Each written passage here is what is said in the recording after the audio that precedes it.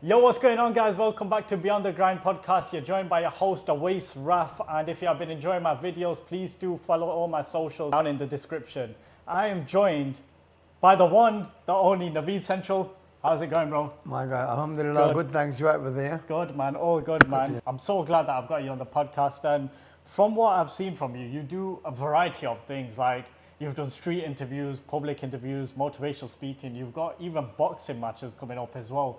Now, we're obviously going to touch all upon that later in the video, but my podcast is more of a storytelling podcast. So we go from the shallow end right towards the deep end. So what I want to kind of first ask is, if there are people out there that don't know much or anything about Naveed Central, what would you describe yourself as? A motivational speaker, content creator, entertainer? What would you describe yourself as? I'm a documenter. Okay, I just document my life. Whatever I think about posting, I'll post with it, entertaining, people motivating them. Anything related to my life, I'm just sharing it. Because I believe that it's not about content creation, it's about documentation.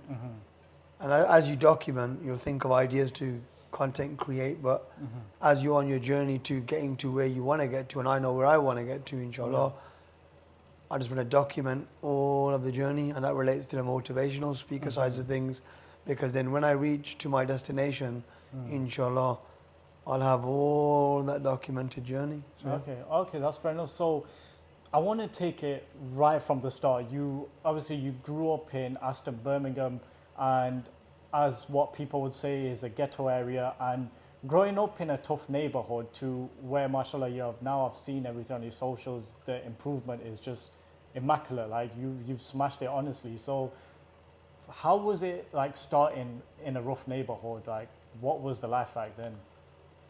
mashallah, don't get me wrong, it wasn't easy, but what I'll say to you is that I realize now that I appreciate it, because I could go, like, even when I went to Italy a few years ago with my cousin Marnie, right, the singer, yeah?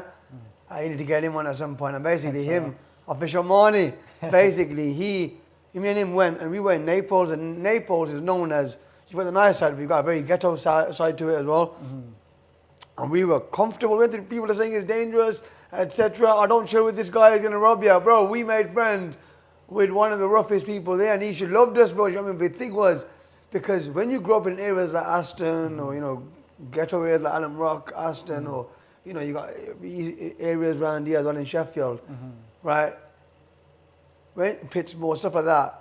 When you grow up in these kind of areas, they train you for life instead of street scent. At the time, you do go through shit. I did go through a lot, but at the same time, when you get older, you realize, actually, that made me more comfortable, because I could have been one of them, mind my French, I could have been one of them, I was going to swear, but I forgot that. Or I could have been one of them wimps, who would have gone to him like, shit, where have we ended up, what are we doing? But now you can travel anywhere around the world, and people recognize real. So even when we went to Naples, and even though there was a ghetto place, they kind of clocked that we weren't like wimpy guys, do you know what I mean? So they respected us, and you had that mutual respect kind of bond. So I feel like, Okay, so did you grow up having like many street fights in those kind of areas and everything that kind of led you to, I guess, to have that kind of confidence that you can scrap a bit? Or...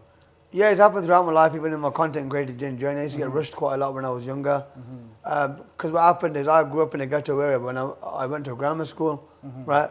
So I was going to a grammar school. I was one of a few Asians there, and it was mainly like, all these posh white people, etc. And it was like, then going back home and going back to the ghetto area, it was like two lives in one. So when you look at my personality, I'm a mixture of both kinds of people. I always joke and say I'm like a Hovis 50-50, 50% bad boy, 50% gentleman. But the reason why I say that is because I've got two personalities, and I don't even know who I am. Am I that coconut guy, the class of coconut, or am I a typical Asian? You know what I'm saying? Because sometimes I come out with the most typical shit ever, and sometimes you'll be like, this guy's a nerd, right? But that's what used to happen to me in my area. I used to get into fights because they used to look at me like, you're a nerd, you're going to grammar school, etc. Blah blah. Then I used to get ambushed. But then I had a lot of mates, and we used to go back for them, and then used to go back and forth, and then started having one-on-one and this and that, and then, even throughout my content creating journeys happens, people rush you, people think they're bad when they're in numbers, but simple. You know, I'll tell you something now, people can think they're bad in numbers, but when you grab them alone, it's a different story. Even when I rushed when I was younger, I would grab one of them alone, different. Even including when I got rushed, people can talk shit and say I got rushed or whatever, but in a video where I grabbed a guy on the train, one of them who rushed me, and what did he do? You ran, mate. You ran. You ran for your life. And I know you've seen that video because that video got over 1 million views. I made some good money on that video on TikTok, mashallah. But at the same time, for compensation, but the thing is, this is what happens when they're in numbers. They rush you. People can call you a pussy saying, oh, I rushed you, whatever. When they're alone and you grab them and you say, yo, you rushed me, you in it. Yeah. Bro, they change and it's mad. Whether it's when I was younger, and I would grow up in Aston, and it's the exact same thing used to happen. Walk into a takeaway, see one of them rushed me. Oh, you got to rush me in it. What? Bam. Yeah. The fucking shit comes out, right? But when they're in numbers, that's when they're going on sick, and that's how life is. So, anyways, yeah. When people, I love the truth. And the people, it's the truth, though. You know what I'm saying? That's how I've seen life. Yeah. That's why you don't rush people. You rush people. They will catch you, and I always say, don't rush people, because one day that same guy will see you, whether it's in a takeaway, whether it's at a wedding, whether it's somewhere. But let me tell you something, people like me and people like people who I know, they don't give a fuck whether you're with your wife, your family, your son or your daughter. If you rush them, even if it's been 5 years, let me give an example, and I'm not talking shit, all my mates know this. When I was younger, I had a fight with an older guy. He was older than me. He never rushed me though, but he was older than me. And he ripped my favorite blue shirt. I don't know why I'm talking about that shirt. My favorite shirt. I remember I was crying, knocked on his door. How old were you? I must have been fucking 12, yeah. Wow. And he was 12, he was like 15. Knocked on his door, said, yo, to his mom, oh, you need to pay for my shirt, blah, blah. And they just looked at me like, who the fuck are you? Do you know what I mean? Like, anyways, you know, that was a very sad moment. But, you know, give about 5 years later, you know, I was looking for that guy, you know, as I got a bit older, I always say to the boys, when I find that guy one day, because they'd moved, if I find that guy, I'm going to break him. One day, my mate phones me. He goes, bro, it's sin, my man, you know. I said, where? He goes, yeah, bro, I remember I was in Whitton Lane Gardens in Aston, across the Villa football pitch. But we were running, 2, 3 of my mates were running. We were running down the road, bro. Remember, come on, Whitton Lane Gardens, I still remember descriptively, come out, running out Whitton Lane Gardens, looked right, he's there. I go, there's the motherfucker. We're running towards him. Never said nothing.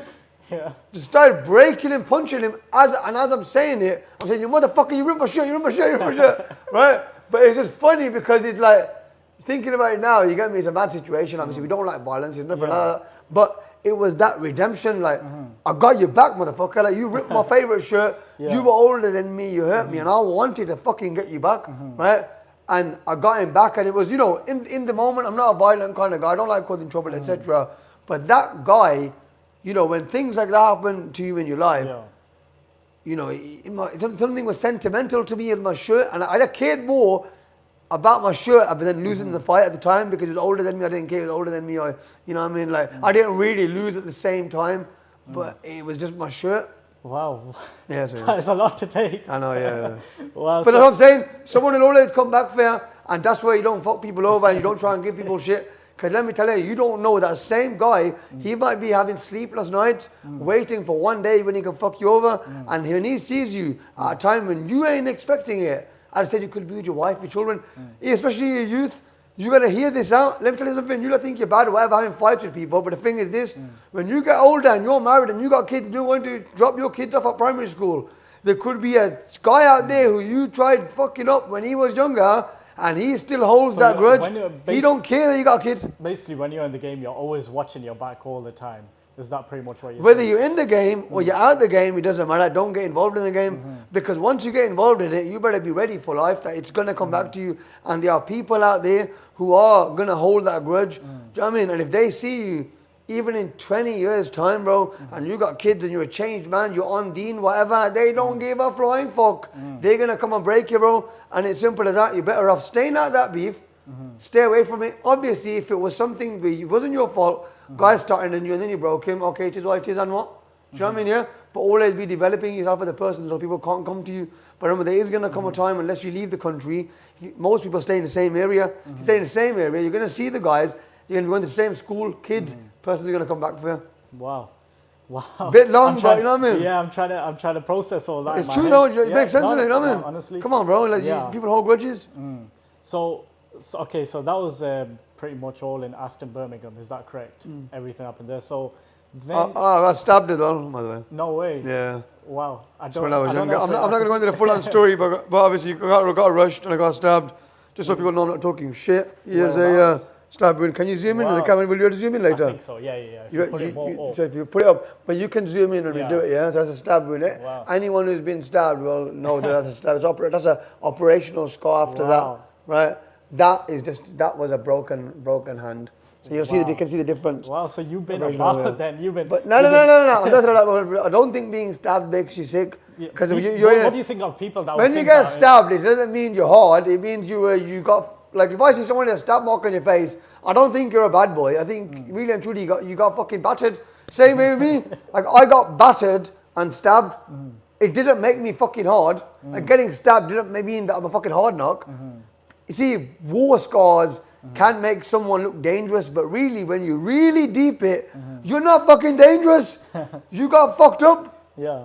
If I see a guy with a scar on his face, he might look at his skin, you got scars on his face. But really, when you deep it, you take a step back, you think, nah, you got fucked over, bro. Like, you never fucking fucked them over. They fucked you over. Yeah. It's true though, isn't it? Because if you were a bad man, you wouldn't have got stabbed like that. You know, it's true, you know what I mean? No, you're right. It's I true, just- it's not I love bullshit. how you We explain live it. in this subconscious thing, like women like men with scars. You love me if you want to stick for I'm changed man now. You know what I mean? But the thing is, you know, it's true though, isn't it? Like, if man been stabbed up, okay, you've been through the battles or whatever, I can see where you come from, been through the battles, you've got resilience, you've overcame it and you've gone through it. But how the fuck do you know that he overcame it? Wow. He might still be a pussy inside. He's got a scar on his face, so he's the bad boy. No, he's not. Fucking what resilience? How did he ever overcome that? Do you know what I mean? Exactly. So the thing is, scars can show that you've been through stuff in life, but at the same time, It's not nothing to brag about. it's nothing to brag about because that situation is the only thing you can brag about the situation is I overcame it and I'm still here. That's the only thing you can brag. But you can't brag, I've been stabbed. Yeah. No, bro, you're a dickhead. I'm a dickhead for being stabbed. Like, really, truly, like, bro, like, do you know what I'm saying? Like, where were the man them standing there? Like, do you know what I mean? It's things like the truth, isn't it? Wow. That's. No one puts it like that, but that's how I see it, I bro. know. That's how I see it, man. Okay, we're gonna, because we've kind of dissected into a lot of that kind Yeah. of story. So you ended up going to University of Sheffield, Yeah. and from what I've seen, like you have a lot of confidence in speaking, and you were popular in University of Sheffield. So how did that start? Was this before you started making social media videos? Yeah, so I've always been that guy, like, you know, that guy, that sounds egotistical and nothing like that. Sometimes you guys, you know, when you get to know me, you realize I'm not an ego kind of guy, but it's sometimes on camera, I say things without thinking and it seems like I'm big-headed, but I'm actually not though, because I'm a safe guy and I know I'm not. Like, I'll walk into a room, bro, like, and I'll fucking talk to everyone, like, it happens. Like, not even just in this room, like, bro, like, wherever I go, I talk to people. Wherever I fucking go, I talk to everyone, bro. Like, there is no ego. I go to a restaurant, I was in a restaurant last night. Do you know what I mean? Like, bro, like, talking to all the waiters, everything, that's like how I am, bro. Like, you know, they won't walk inside thinking I'm fucking it. Like, I don't roll like that. And the thing is, like, that's how I've always been. So before, like, you know, even going to uni, why I became a popular guy in uni was because I was just talking to everyone and that was it. Like, how you doing? My name is Naveed, nice to meet you. Just talking to everyone wherever I am. So have you always had this confidence from, let's just say you, or have you just, when you got to uni, you're like, oh, I just want to get to know people? Prior to uni, I was always a friendly guy, but around girls I wasn't. But around, like, guys, I was cool. Like, I was just always, like, if I'm not saying I was talking to everyone, but I was, like, I was in a class and that, like, I'd always end up being, like, popular. Like, if it was in the school, like, everyone ended up knowing me, but it wasn't because I was doing anything spectacular. It's just because I talked to everyone, like, random, like, someone's on the phone, like, how you doing, bro? Like, if I'm in a queue, like, but I think I learned it from my mom. My mom's quite friendly. When you're growing up, if you're on a bus stop or whatever, like, she'll always, you know, ask someone, you know, some old lady or something, she'd ask her, how's it going, you know the time, you know what time the bus coming, then have a chat with them. Mom's sitting on the bus, sitting next to someone, like, or sitting near someone, have a conversation about the day. So I became like that. So, like, if I'm somewhere, I don't like sitting there, you know, you know when they say, people who are silent are dangerous. Yeah. I don't like people like that. I hate people like that. Like I think you're insecure. I think you're like, okay, cool. Some people probably, a lot of people probably disagree with what I'm saying. But I hate, if I'm sitting in a room and there's someone who's quiet there, I'm thinking the motherfucker's a hater, or he doesn't like me, and it doesn't mean I think he's dangerous. I think you're a dickhead, bro. Like, I don't like you. I don't want to be around you, bro, because you don't want to talk to me, and you don't want to talk to me. It doesn't mean I've got an ego. I'm friendly. I'm talking to everyone. You've got the fucking ego. What if he's just not a confident person? Then fuck off. Get out of my room. That's the truth, bro. Like, I don't want you in my room, bro. Like, I don't need that negative energy, bro. You know what I'm trying to say? We need to be around positive people, people who we can talk to, have a good time, if we can feel comfortable around. If I'm sharing secrets and I'm sharing things, and I'm, if we're in this room right now and we hadn't spoken to each other and someone sat there listening to everything, I'd feel fucking awkward. We've spoken to people inside this room right now, and I feel confident because, I don't mind sharing shit around people who know. If I'm there and someone's just there, like, this motherfucker taking notes on what I'm saying, or they're recording what I'm saying, but he's not talking. I don't think you're dangerous. I think you're a prick. Get out of here. Do you know what I mean? Like, some people, I know where they come from inside, and one's dangerous. All right? You stick to that. But sometimes I think, no, you're being silent because you want to seem like the dangerous guy. You might be insecure. You don't want to show your personality, right? Because you're thinking you might slip up or you might say something or do something. I'm not saying be the loudest in the room, but I'm saying just don't be the fucking quietest, because that is annoying. And it just kind of makes me think you don't like me, or you've got a problem against me and you just don't want to talk to me, and fuck off. So from what I've gathered, you are, you kind of persuade this whole positive image and everything, and that's the kind of circle you want to keep around yourself. Have you ever had moments where you just feel negative? Yeah, I feel negative a lot of the time. How do you deal with that then to become positive? The truth is, as my content, same thing, make other people feel happy, That's the first thing. Yeah, that's how I started my content. I was going through a very depressed time in my life, very depressed, right, yeah? Going through fucking shit, right? And I started creating content, started doing comedy videos, started off with comedy videos, right? I was doing comedy videos when I was feeling suicidal. How crazy is that, right? So, sometimes by making other people feel happy, you become happy. That's what I say. Sometimes, if you notice, look at a lot of people who commit suicide. They are the ones who you think, yo, how the fuck did he commit suicide? Why did they always say, oh, he was the happiest guy I knew and he committed suicide? It's because these people, someone's too happy, you got to ask them, because you don't know what they're going through inside. They could be going through shit, but they don't want to show it. So I've been through shit, and I'm not showing them. But at the same time, no one ever knows that I'm sad and I'm happy, because they don't look at that. But don't get me wrong, I've realized I've got a circle of people around me, that I do tell if I am going through shit. I've had women problems, I've had certain things I have. I've realized that you need that support network, and I don't give a fuck now like I used to when I was younger. Now, like, I've got mates. I've realized, when I tell my mate, yo, bro, like, this happened to me. Especially the first time I told my mate about my heartbreak, he was like, bro, that same shit happened to me. And I'm there like, you never told me. He goes, oh, because you never told me. So it's like, you realize other guys are going through the same shit that you are going through. So you feel like it's important to speak out all the time if you feel down and low. You're not to everyone, because not everyone wants your best interest. But if it's your best mate, or your cousin or something that you're very close to, fucking tell him. Do you get me? Tell him, like, because you don't know, bro, like, they might have been through the same shit, and they'll give you another perspective, and then you think, you know what, I was stressing, but this guy's told me. Do you know what I mean? So it's like, that's something you got to think about, Yeah, so talking about depression and everything, of course we know it exists and everything. As Muslims, we try to pray 5 times a day and just get close to Deen just in general. Obviously we can go on and off it. Like today I may pray 1 time a day, where tomorrow I may pray 5 times and I feel better. So how was your journey? Obviously you don't want to get crazy personal, because Islam is a journey that should be kept to themselves and personal, not the whole world needs to know. But how has Islam kind of changed you in a way? So what's your name again, bro? My name's Awais. Awais, yeah, okay. Bro, Awais, do you know who Awais was? I've heard bits, but I don't know much about it. Okay. As far as I know, may Allah forgive me if I'm wrong, but as far as I know, Awais was one of the Sahaba who, upon hearing that the Prophet Muhammad broke one of his teeth in the battlefield, he couldn't go and visit Muhammad.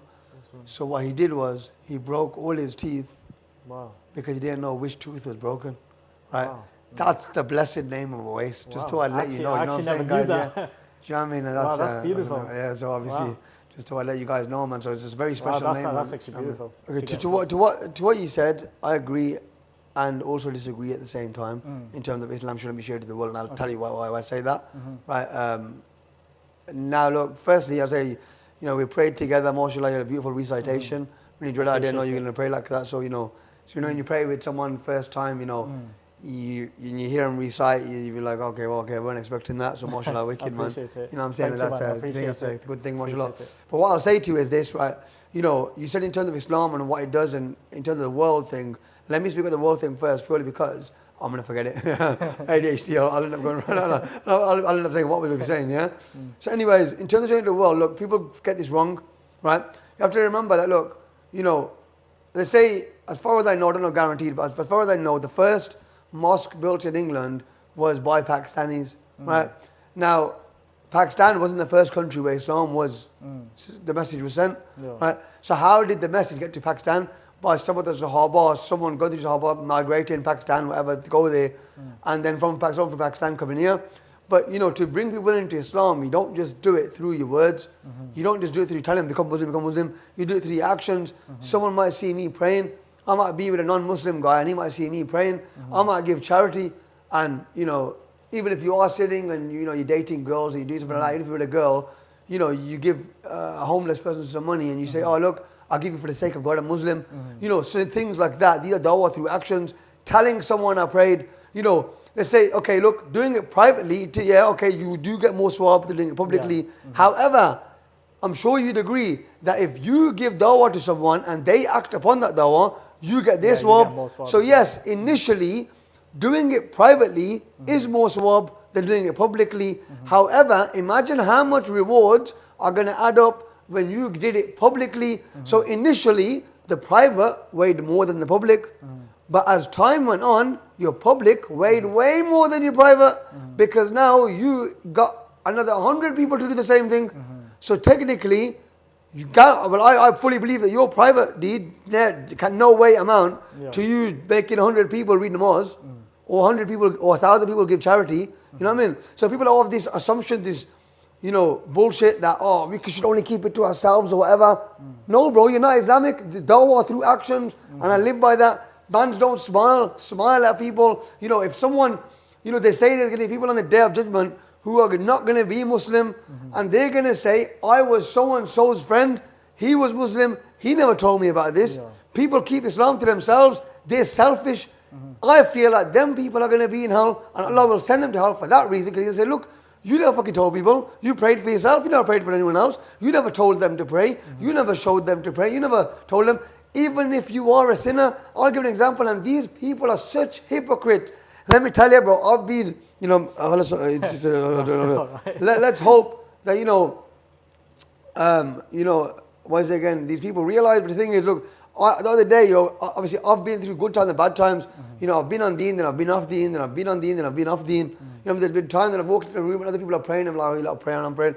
Today we prayed together, mashallah. But I didn't have you lot ain't got no pressure on me that I have to pray.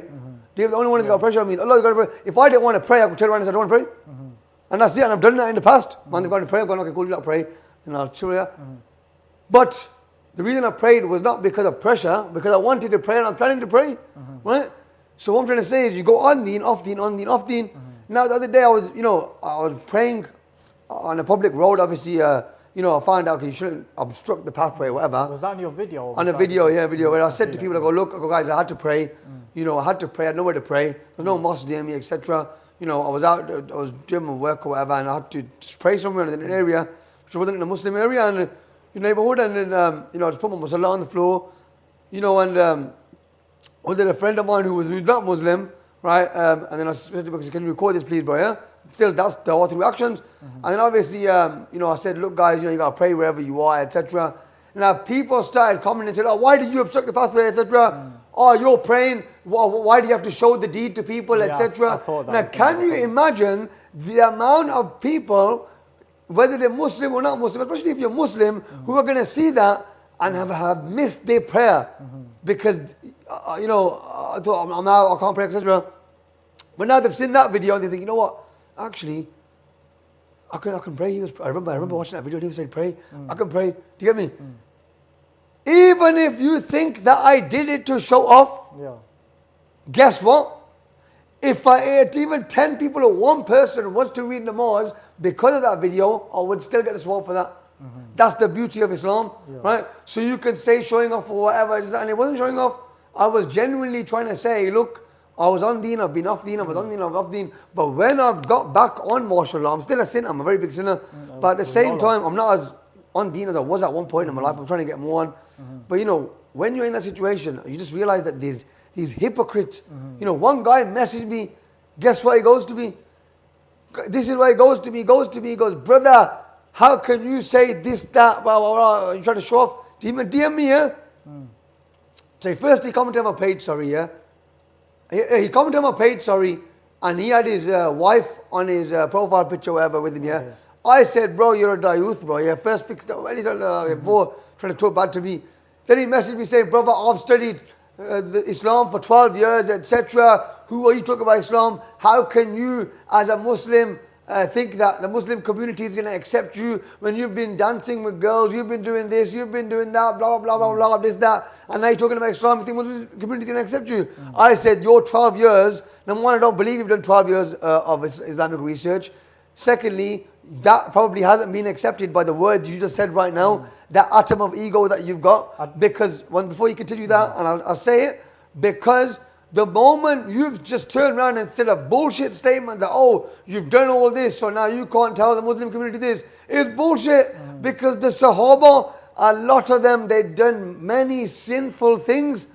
And Allah, the moment they turned to Allah, they were forgiven, and the stories of them being forgiven.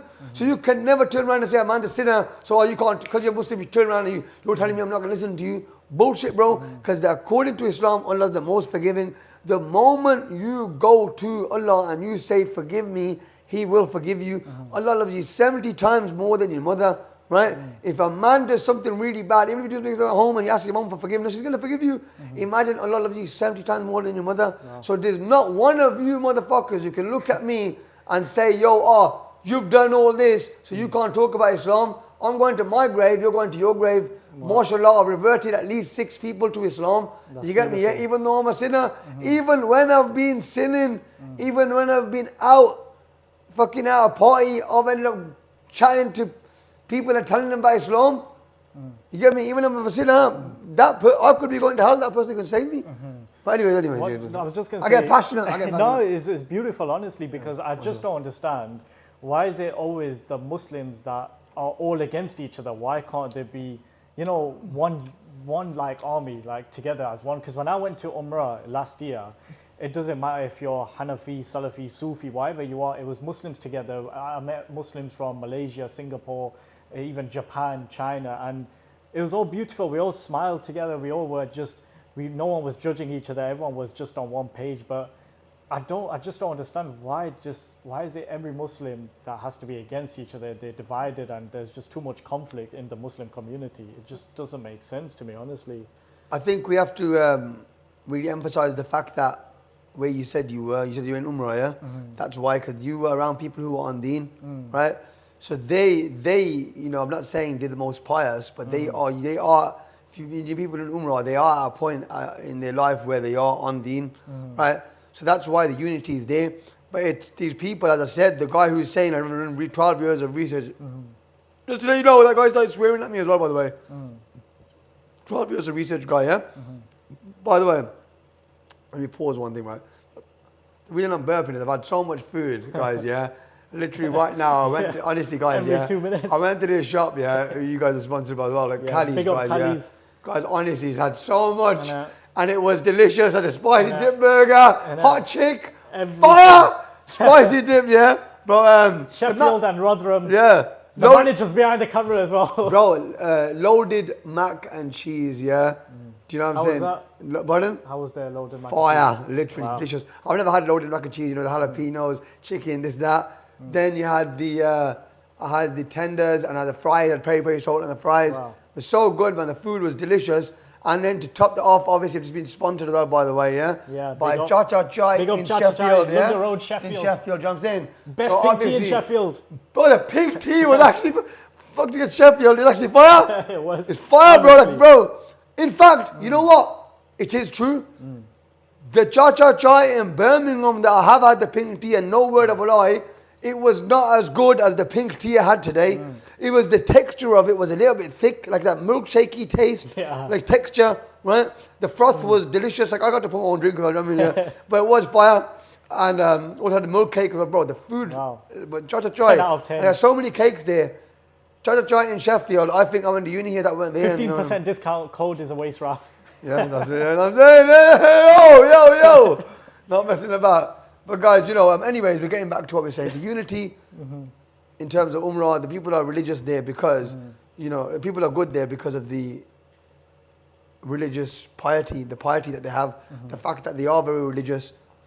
And these people who are online talking shit, the so-called Muslims, I'm not going to say they're not Muslim because they are Muslim, but at the same time, they're not following the deen, because if they were following the deen, they wouldn't be judging you. And how do I know this? My cousin is a very religious guy. He was done to the authority. Is a Islamic scholar at the age of 16. Beautiful. Growing up in the same area, ghetto area, Aston.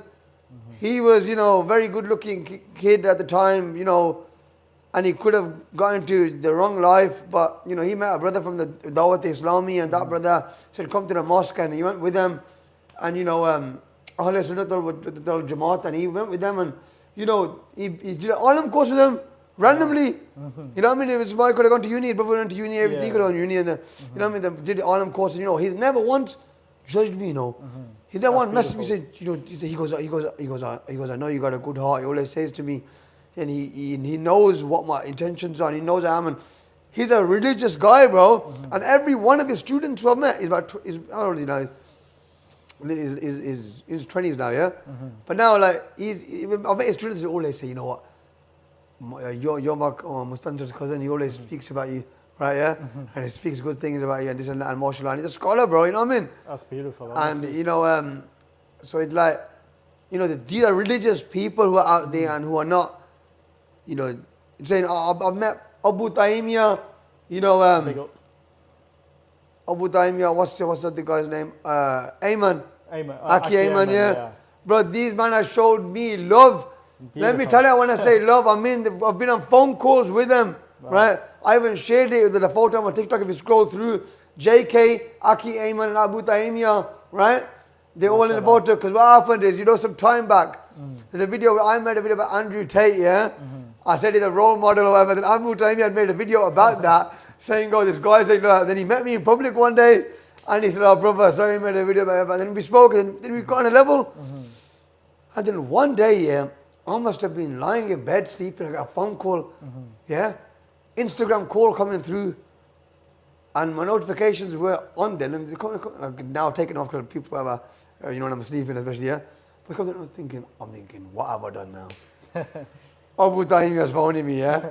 I'm like, bro, what have I done now? Shit, and the condom lady, should I answer it or not? Just answer it, yeah. Answered it, and he's gone, Naveed. I said, how you doing? You right? He goes, yeah. He goes, I gotta have some words with you. I was like, fuck, what is he gonna say? He's gone, well, I seen you in, I seen you today in time I was going somewhere, but you seemed very occupied, right? But I just thought I'd say good to see you, etc. And he does this. He goes, brother, I want to say hello to you. And there was JK there. Cause I know JK anyway, but then there was Aki Ayman. And then I started talking, I was like, oh, no way, did you get me, mashallah? And what I'm trying to say to you is, these brothers have showed me love, bro, you get me, yeah? Like, bro, honestly, they've showed me love. And these are religious people, you know what I'm trying to say? Like, the reason I'm looking at the phone is, I'm trying to see, because obviously I didn't, when I, the photo, I took a screenshot. But you'll see, just so I know I'm not talking shit. Okay, look, yeah. So look, video he's call. got all the proof there. Look, proof is there, right, yeah? Right, look. What time was that? 12:43 a.m. 12:43 a.m. Ask him, yeah? Look, audio call ended there, yeah? I said, look, lovely speaking to you and the lads. I literally thought you were going to blast me. I was shitting it. Look at that, yeah? You can see it, right? And then, bro, like... Just some voice notes and everything. Yeah, some voice notes and everything, you know what I mean? Like, bro, and look, end up with love hearts. So, this proves that Abu Taimiyah, a real account of him, bro, you know what I mean? Yeah, mashallah. So, my brother, you know what I mean? Like, bro, people like that are showing man love, bro. And like, these are religious people, mashallah, you get me? And I am a sinner. I'll admit I'm a sinner. We all are. But we these can't say we're not. but these are normal. I'm a sinner. But still, bro, they're not judging me like that. They're showing me love. You know, these are people that people would love to meet, and they're still showing me love. Yeah. Saying to me on a video, you know what? You know, you just got to change it. But anyways, come on, let's go on. That's beautiful. Honestly, I know we haven't got bro, long I left. love listening. I can just listen all day. Honestly, it's beautiful, these stories. But what I want to touch upon is now more on social media. So when was it, like, why did you decide to upload videos? Like, did you have a target audience back then, or did you just think to yourself, you know what, I'm a confident person, let me just start uploading videos for the world to see? So before, so what happened is first I was doing a Snapchat, yeah? So when I was in uni, you know, I was just there, and I was a popular guy anyway, and then I remember seeing Snapchat, and I didn't know what Snap was, I just remember seeing someone, you know, doing a video, and they were like kind of vlogging. I've never seen vlogs. And they were vlogging, and like, hi guys, and I was like, oh, I could do that. And I could do that. So then I started doing it. Yeah. And then I was like going around uni doing this and that, same thing, and I didn't know what it was, I was just fucking copying it. And so I said we should do vlogging, I didn't know what vlogs were. What I knew was this. I thought vlogs were vines, but I forget I'm not doing that. Then anyways, when I left uni, I stopped kind of doing it, and then one of my friends said to me, he said, bro, jump on Instagram, TikTok. I said, what? He goes, bro, you got the personality, man. He goes, trust me, you're a popular guy in uni, etc. He goes, bro, trust me. Because if you've done all this shit on Instagram, he goes, you're a blue. I said, really? He goes, yeah, man. He goes, start doing it. I said, I was going through depression at the time. And I was in the park, and then I remember one of the first videos, like, we're in the park now, yeah? My cousin Moni and my cousin Moni. Okay. And by the way, I got onto TikTok because of my mate Jungli, Big J. Big J, you know, yeah? Say Jungli because we know his name was Jungli. Big up Jungli, Big J, yeah? You know, he's a very ghetto guy. A lot of people who might have been locked up would know him, Big J. Do you know what I'm saying? Yeah. Whether it been in Winston, Green, Stoke, Heath, all these ones. Mashallah, the guy can handle himself. But the thing is, he goes to me, goes, Naveed. My nickname used to be something else, but the thing is, yeah, my nickname used to be Ice. Why was it Ice?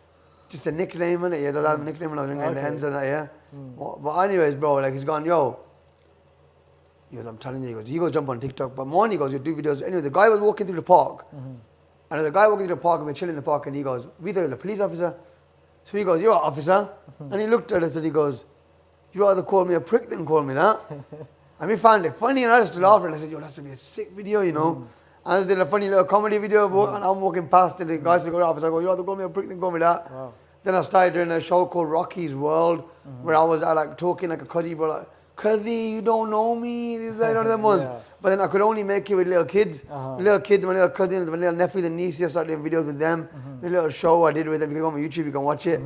You know, the first one is 30 seconds, I get rushed by him, right? And then I ended up going back for him, this, that, etc., blah, blah, blah. Then I started doing public questions. So it just built on through there. Then I started interviewing people. So, you know, I've always been,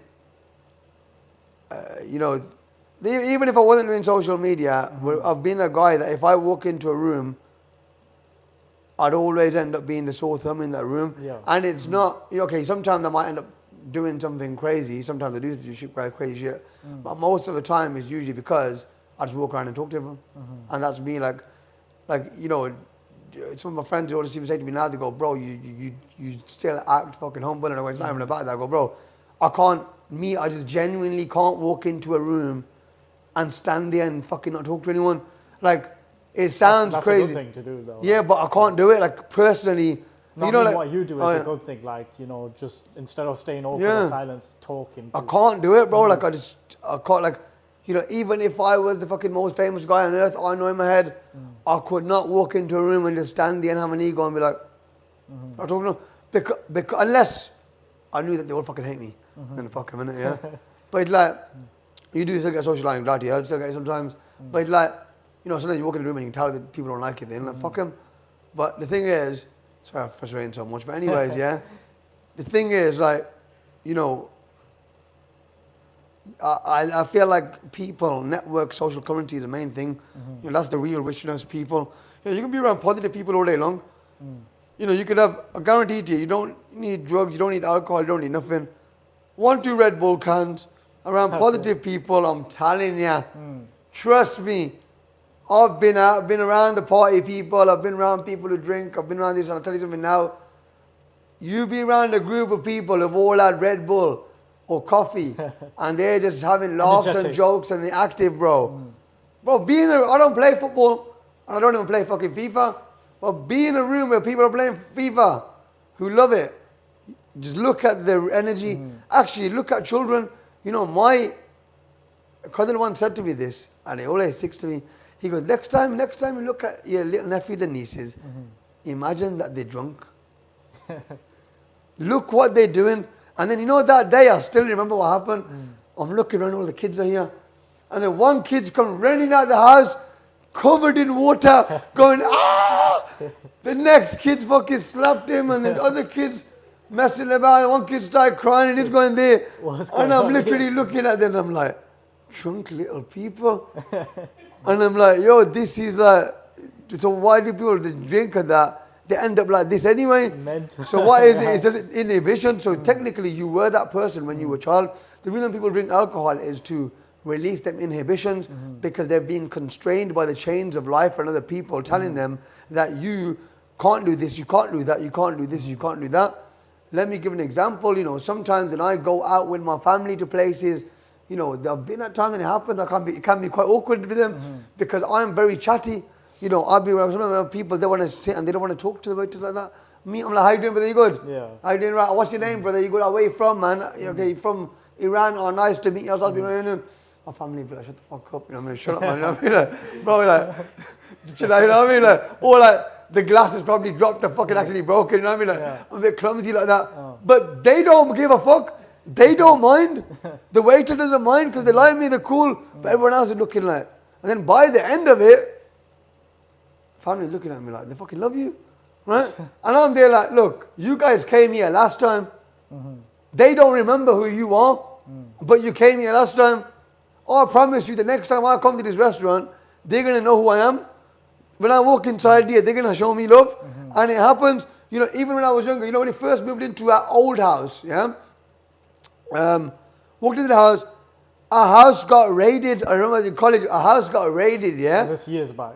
Yeah, so a house got raided when I was younger, yeah? Many years ago. A house got raided and police came, fucking kicked the door down. I remember I keep a bedroom door, police, blah, blah. I remember, yeah? And then like, what the fuck's happening here? Come see my house, it used to get raided when I was younger, I used to mess about. But this day, I didn't do anything, so I'm thinking, did I fucking do something? What have I done? Do you know what I mean, yeah? And then like, but they've taken everyone downstairs. Everyone downstairs, and I thought, okay, that was me. Sat down in front of him. So they don't realize they thought we were immigrants because the people before who lived in the house apparently were immigrants, illegal immigrants, something, I don't know. That was the report. So now they searched the whole house, paperwork, up, down, this, that. And This is like early morning. and I'm speaking, by 5 in the morning, I'm speaking English to them. And we're all speaking, mom speaks English, everyone speaks English, apart from my dad. We can't speak English properly. They're like, this kind of clock is on now, like, you guys don't seem like illegal immigrants. I said, I go to college. So they took everyone's phones in the house, took everyone's phones. So I'm talking to the fucking police. My family is not talking to them.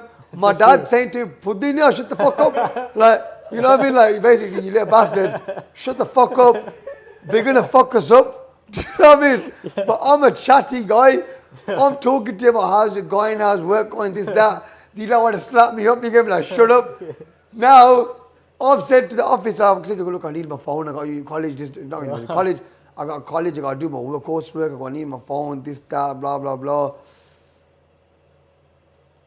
Anyways, yeah, family blasted me, this, that. Why are you talking to them? Guess what happened at the end? They took everyone's phones. No way. Guess whose phone they didn't take? Mine. yours. You going to take it out? I looked at my mom and my dad. I go, boy, I don't know, I told you. And that's what I'm saying. Just that example. Why? Because I was friendly with them, I was chatty, I was showing them love. Even though they come in, they still took the phone. It's because I was pleading, come on, I got college, this, that, I need my phone, etc. Blah, blah. We do group works, we got group chats, etc. And other teams, you don't want to go uni, blah, blah. And they fucking gave me my phone and everyone else's phone, they confiscated. So, yeah, so basically speaking a lot in certain aspects, you'd say is a big advantage. Yeah, not speaking a lot, but speaking to people, yeah? And like, chatting to them and love for people, getting to know them. When you go to a restaurant, fucking talk to people, man. Talk to the waiter, bro. Like, if you're going to go back especially, talk to the waiters. and be fucking nice to them. You know, there are people say, oh, tip them big, this, that. Trust me, yeah, tip them if you can, but you don't have to. I've been to restaurants that have had not much money, but you know what? I've gone back the next time, and they've gone Naveed for you. Just to let you know, give me the bill again. The other way to give me the other way to know me. No, give me that. One thing I'll bring it up for you. Naveed. Wow. No service charge for you, boys. Come on, show you. I mean, like, this is how they're going on, like, because I've showed them love. You made that good connection with all these people. And that wasn't true with me giving them any money because we turned around and haven't fucking had much. It's because of the love I showed them. Because you just got to think logically. If you're working in a place where everybody's being a dickhead with you, this, that, no please, no thank you, give me this, give me that. And then one guy comes in and he's like, how's it going, man? How's your day going? Where you from, bro? I know, I like that, man. Yeah, you know what? Your food's really good. You know, I really like your food, you know. You know what? I loved your service, man. You're a sick guy. How the fuck are you going to feel? When that guy comes in next time and show him love, even when we were younger, my mate Jungli, the same one, he used to take the piss out of the workers, terrorize them. The shop called Chaps is closed now, yeah? With the road, pizza, all like a pizza, £2.50 meal deals them days, yeah? Pizza, mini pizza, chips. We'd be chilling in the shop all day, we were fucking young in here. And then, in cold outside like this, we'd chill in the shop. And they used to get annoyed, but with me, they used to love me. And I remember when we used to sometimes take food on tick, we never had fuck all, that's how broke we were. You know, group was, you know, had fuck all money, you know what I mean, like 50, 60, no money. And I said, look, can I get that, can I get the pizza, I'll give you money tomorrow, whatever. My guy would ask, I'm not giving him. I'll give it to Naveed, but I'm not giving you. Why are you not giving me? You want to know why? Because I would always say, please, or say this. And I'd always ask the worker behind the counter, how you doing, brother? And I'd get to know him. Sometimes I went alone, I say, how you doing, bro? How's life? A lot of these guys are immigrants, have come from other countries. I'm asking them, how was your life back there? How's your family? And before you say, I noticed this kind of thing, because I'm a full-time delivery driver myself.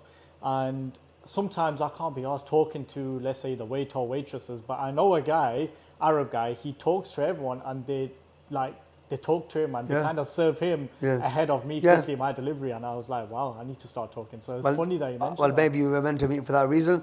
And I'm promising you, bro, you go somewhere, like, you show the workers love. And never overlook waiters, because let me tell you one thing right now. Do you know how many waiters and waitresses out there? It's not that you're expecting anything of them, but don't ever look down on them, because a lot of them are fucking uni students, or you know, they've got degrees, or you know, they're probably studying medicine, dentistry, law, these courses. Especially these Indian ones, bro. They're fucking made. The Indian kids and that, bro. They've come from India. They're not getting no student fee loans. Their family is paying not 9 grand a year, 14 to 18 grand a year, plus accommodation, plus their shopping. They're just having a job because their family's already given 20 fucking 30 racks for them. Right? Well, how much more do you want them to give? But back home, their life's 10 times better than yours. They've got a mansion, they've got chauffeurs. One of my good mates, Mayank, from uni, from New Delhi, I got to go to India at some point as well. I'm going to be another mad vlog, guys. His parents, you know, his mom passed away, man. But basically, you know what I mean?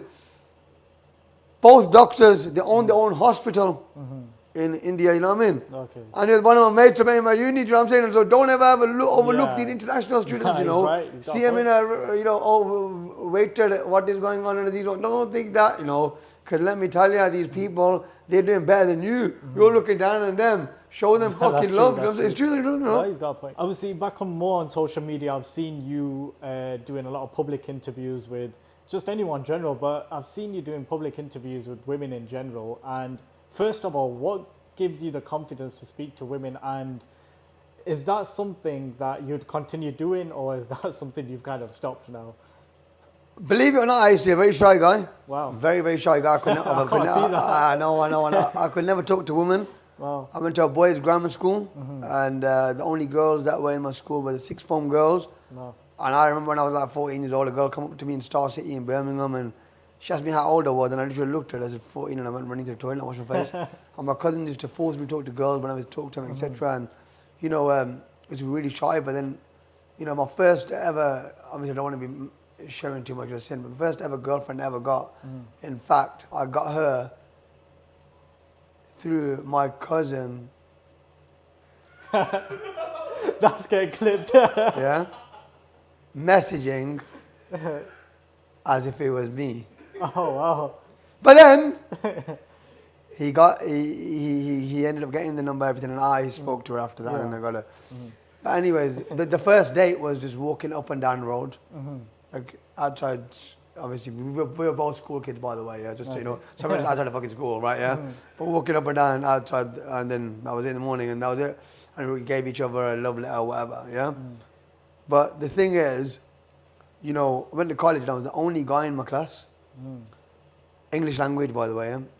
Only that was English language A-levels class. I never did that class for too long. But the thing is, I was the only guy in the class. I was another guy on the first day.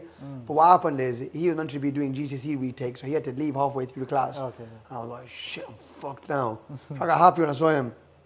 So I just put my head down and I used to go into the class and never look at the girls. I used to sit in the back of the room, facing the window, next to one girl who I didn't find attractive at all, so that was even better for me, yeah?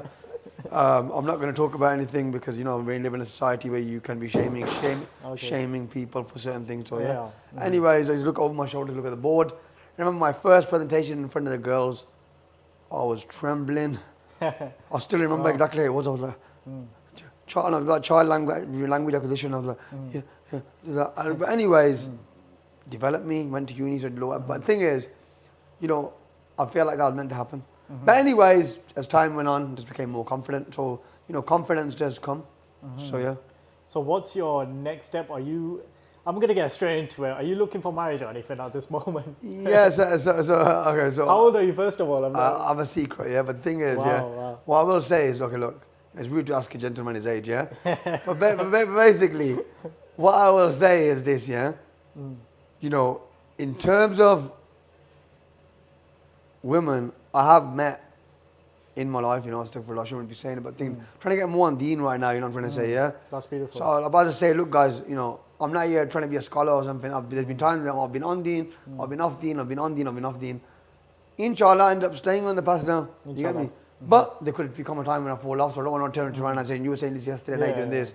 You know what I mean? But the thing is, you know, I've met a lot of girls, and especially girls who haven't been the kind of girls who right now I'd imagine to be my wife, right? Yeah. Because you'd want a woman who's God-fearing, and that's what I'd want. You know, as a Muslim, you can marry a Muslim woman, a Christian woman, a Jewish woman, of course. right? So, you know, but she still has to be God-fearing. You know what I mean? Because she's Christian, so you go on. She has to be God-fearing, right? Now, you know, in the past, I've been around women who I believe weren't God-fearing, right? I'm not going to say the reasons why, because we live in a bullshit society right now where they'll just cancel you for free. Yeah. But the thing is, you know, they haven't been God-fearing. Now, I realize that, no, I want a God-fearing woman, but to get a God-fearing woman, you need to be a God-fearing man. But at the same time, I've spent a lot of money and time, etc., on women and doing shit, and I've realized, you know what? It's kept me off the deen, because even when I have been on deen, you know, to be honest with you, a lot of the time that I'm messed up because of deen is because of meeting a girl, and that's the truth. I'm not going to lie to you. A lot of people go down. A lot of the time it's happened. Like I've been on deen, been praying, and I meet a girl. She's not God-fearing. End up meeting her, but she's beautiful. Then we end up chilling, and then I end up getting off. You get me? And then, you know, that's what I've realized. So now, you know, I'm a very confident guy, mashallah, but at the same time, you know, I've started thinking right now, man, like I'm trying to pray now. Obviously, don't get me wrong. If I saw someone and I thought that, you know, they were incredibly beautiful and they looked God-fearing, you can't tell by looking. But if she just looked like a, you know, decent person, she wasn't trying to attract too much attention in terms of, you know, like she's not twerking right there in the public. That's a for example, yeah.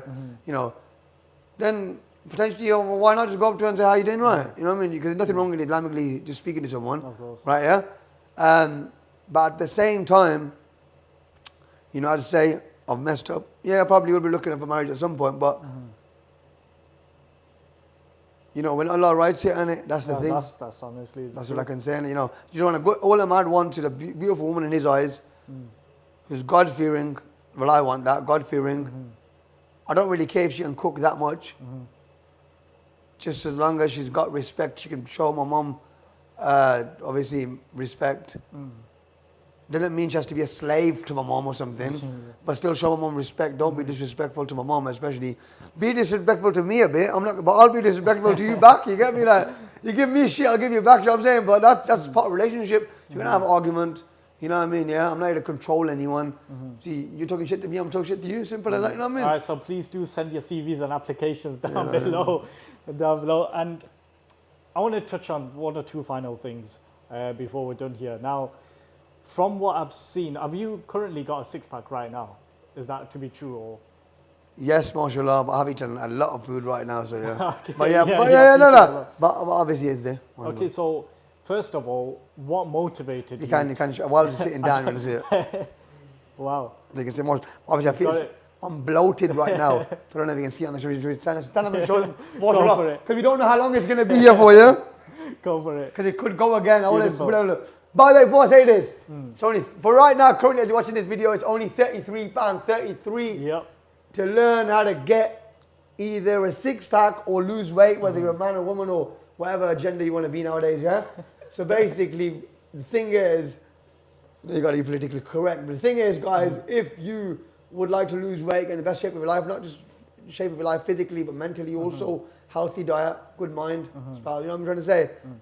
Get in touch, it's only £33 for a diet plan, plus free workout plan. Go to any personal trainer. I'm not trying to compete with anyone or anything like that. I guarantee to you, number one, they'll charge you monthly. You know, I had a guy who who said he said about 1,000 in the past few months, and he still has to ask his personal trainer for what he should be eating next week. How the fuck do you not know after fucking 6 months what to eat next week? You still have to check in to ask this guy what to eat. I'll give you a one-off payment. Strategy, you got it there. You'll never ever have to ask me again what to eat. And if you do want to ask me, I'm not going to charge you again. Simple as that. Mental. You know what I'm saying? That's it. Crazy. And if you haven't seen the video, 90 days, six-pack, my insane 90-day transformation on YouTube, it's got quite a lot of So views. what motivated Naveed you? channel. What motivated you to get a six-pack? Because I know everyone wants to get a six-pack. People seem like it's easy to do as well. Was it a difficult journey, and why did you want to get a six-pack anyways? Okay, so, you know, well, one of the reasons was my favorite actor in the movie is Salman Khan. Okay, right? classic. Yeah? That's someone who I'd love to meet one day, right? Yeah, and he's my favorite actor. When I was younger, you know, it sounds quite funny, but he sing that song, "Oh Johnny Johnny," yeah, and in that song, he takes his top off and when he's got his top off and he's dancing on stage. And what I used to do when I was younger is I used to be a fat little kid. Where you kept replaying that part. Replaying the whole song and take my top off. And I remember that being in the TV and that, just dancing, you get me? Trying to copy the dance and have the top off. I never had the body, but still, you know. And I remember I used to get elastic bands. Because in a song called Har Dil Jo Pyar Karega, yeah? He's got these things around his arms, like these, like things like... I don't know what you call it. like bracelets, but around the bicep, you know what I'm trying to say, yeah? And I used to put them on, like, whenever I had no biceps or nothing. And he inspired me, and he inspired a lot of young men, Salman Khan did, yeah? So obviously, to get his body, so basically, I just, the first time I ever did it, I was like, you know, I want to get six-pack. The first time I ever was dieting, though, I was only having boiled chicken, Wow. and with a slice of bread, maybe a bit of ketchup or chili sauce, no mayonnaise, and tuna, sometimes raw with nothing, mayonnaise, nothing, with slice of brown bread or two, right? And then sometimes ketchup. That was my diet. Would you say how many? No crisps, sweets, chocolates, nothing. Do you know how many calories that was in total? Or does that say it in your £33.99 pence? Yep, everything So says we can't disclose that. everything says that, yeah. But what I'll say is, okay, look. Well, but there's many people who speak about that in terms of calories online. There's various calories depending on your weight, etc. But the main thing is, you know, what I've come to learn, you know, through experimentation, through trial and error, is this, right? As time goes on, right, I've learned that I can eat a lot more than I used to. So going from the boiled chicken, now people see my thing like, how are you eating sweets? How are you eating chocolates? How the fuck did I have all that, things today, the milk cake, this, that, pig tea, burgers, this, that, and how am I still, mashallah, lean, right? You know, you're seeing my stomach, I'm bloated, by the way, so, you know what I mean? But it's because the strategy, the winning strategy, mashallah, you get me? And prices are going to increase after January, inshallah. Because a lot of people have been getting it, so now I'm thinking, you know what, I know in January. That's how my video blew, you know. My video blew when I posted it was in July. In July 2020, that was the first time I'd recorded it. But I've done it again now, but recorded it, uploaded it. It was getting like not much views. Okay. The moment it hit January 2021, Okay, that's when it went. bro, it viral. went over 100,000 views. It was only like 4,000 views up until like January. Wow. In that, after like January, February, it just went boom. So So yeah. non-stop from there. People, Wow. basically, that's when people have New Year's resolutions. Wow. That's when people want to lose weight. So even though people might be hearing me say, oh, this, that, diet now, they might be thinking, oh, January, whatever. But I know they're going to think that. That's why prices are going to increase then. How do you feel that, obviously now I've kind of mentioned on the six pack and everything. Mashallah, Do you feel like a much different person? When you wake up in the morning, you feel like, whoa, I feel good, I feel does it like motivate you to just keep going? Do you want the honest truth? Having a six pack is, yeah, you know what? It's like anything. You get once you get used to it, you're used to it. The first time you get it, you're like, yeah, oh my god, it's a six pack. You can't stop looking in the mirror. Is that? Then after a bit, like I've just done that now. I've just done that one after now. Like when I first time ever got a six pack, everywhere I was going, I was like, yo, look at this, look at this, look at this. Do you know what I mean? But then after a bit, you do get bored, and that's why I end up losing it. Okay. But then you miss it again, because then you then just you see want someone else with a six pack, and you be like, fuck, man.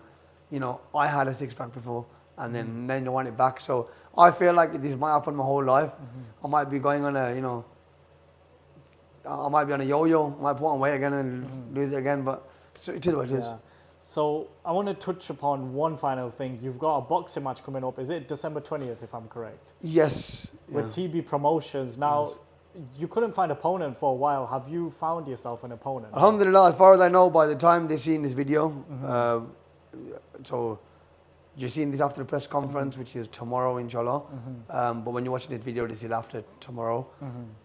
They have found my opponent. It's been confirmed today, mashallah, as long as he didn't back out, because two people backed out. The first one was the guy who called me out, Henry Malik. He was the guy who called me out, right? I was his mate, we were mates, etc. Then he started talking shit to me.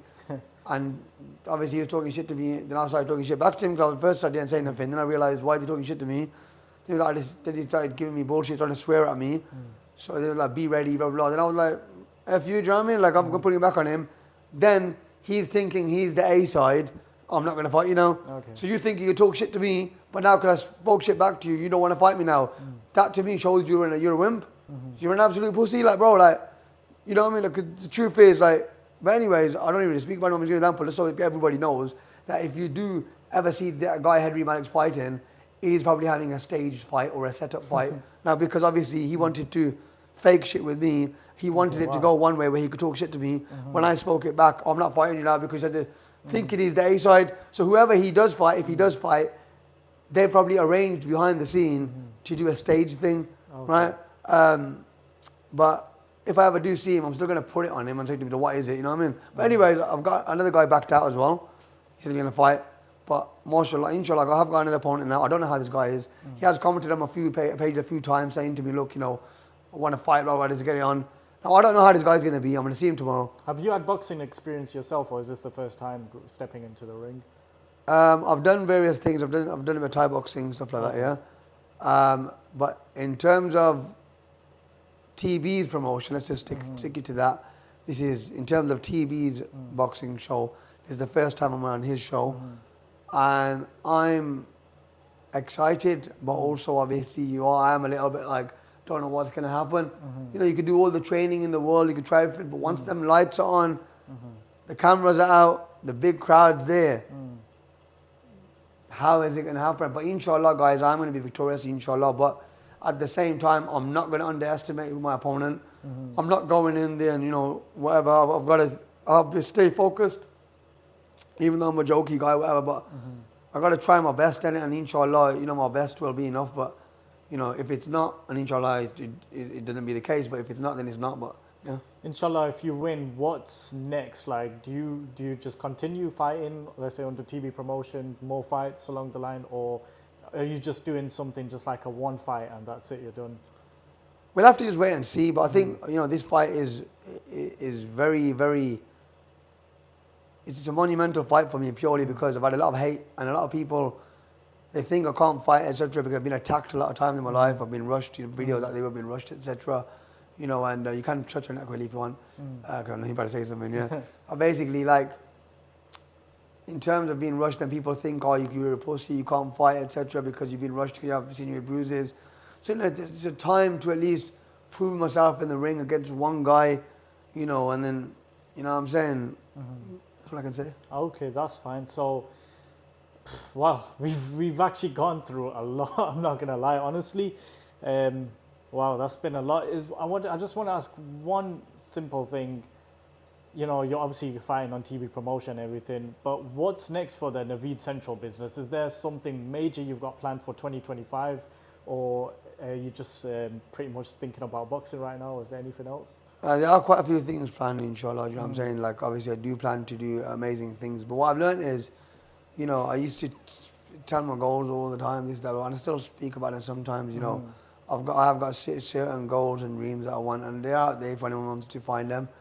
But, you know, I've realized that, you know, sometimes you shouldn't share your dreams too much. I agree. Because, you know, I used to do it, and I know some people do it, but I've done it enough now. But the thing is, I feel like sometimes they can hold you back because people give you evil eye, nazar, and stuff like that. You know, they can try and wish bad luck on you that you don't get it, and then you come across situations where they hinder your success. But then again, Allah tests you in different ways, and that's about it, man. You know what I mean? Of course, man. Honestly, thanks for coming down, man. Honestly, that, it's man. been a pleasure, man. All them Yeah, stories definitely. and everything is been fun, man. Even the audience behind us were like cracking up as well and everything like that. Honestly, good luck on your fight, and inshallah you get the knockout. I'll try my best, hopefully, to be there, inshallah. But yeah, all his socials will be down below. You know, watch him knock out his opponent, who I don't know who it is yet. I don't think anyone knows who it is, right? Yeah, your opponent. They don't know who it is, but now by now when they've seen it, they know who it is. Okay. Inshallah, he gets the dub on December 20th. Inshallah. And peace out.